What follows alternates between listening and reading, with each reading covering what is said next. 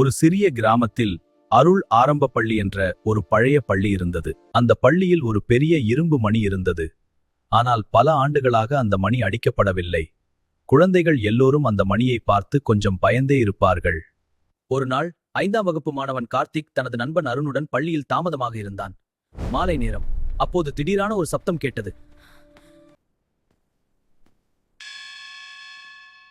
அருண், இந்த நேரத்துல மணி அடிக்கிறது? ஆமா, கொஞ்சம் பயமா இருக்கு. யாராவது இருக்காங்களா? பார்க்கலாம், ஆனா ஜாக்கிரதையா. இருவரும் மெதுவாக மணிக்கூடம் இருக்கும் அறைக்கு சென்றார்கள். கதவு சிறிது திறந்திருந்தது. குளிர்ந்த காற்று வீசியது. உள்ளே பார்த்தபோது மணி மெதுவாக ஆடிக்கொண்டே இருந்தது. ஆனால் அங்கே யாரும் இல்லை. பயப்படாதீர்கள், நான் இந்த பள்ளியின் பழைய காவலர். நான் குழந்தைகள் பாதுகாப்பாக வீட்டிற்கு செல்ல நினைவூட்ட இந்த மணியை அடிக்கிறேன். நீங்கள் எங்களை பயமுறுத்த வரவில்லை அல்லவா? இல்லை, நல்ல குழந்தைகளை நான் எப்போதும் காப்பாற்றுவேன்.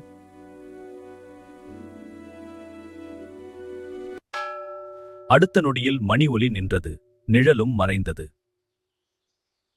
அதன் பிறகு ஒவ்வொரு மாலையும் மணி ஒலி கேட்டால் குழந்தைகள் பயப்படாமல் சிரித்துக்கொண்டே வீட்டிற்கு செல்வார்கள். அவர்கள் அறிந்தார்கள், அந்த மணி பயமில்லை, பாதுகாப்பின் சின்னம். கதை பிடிச்சிருக்கா? மறக்காம சப்ஸ்கிரைப் பண்ணிக்க ஃப்ரெண்ட்ஸ்.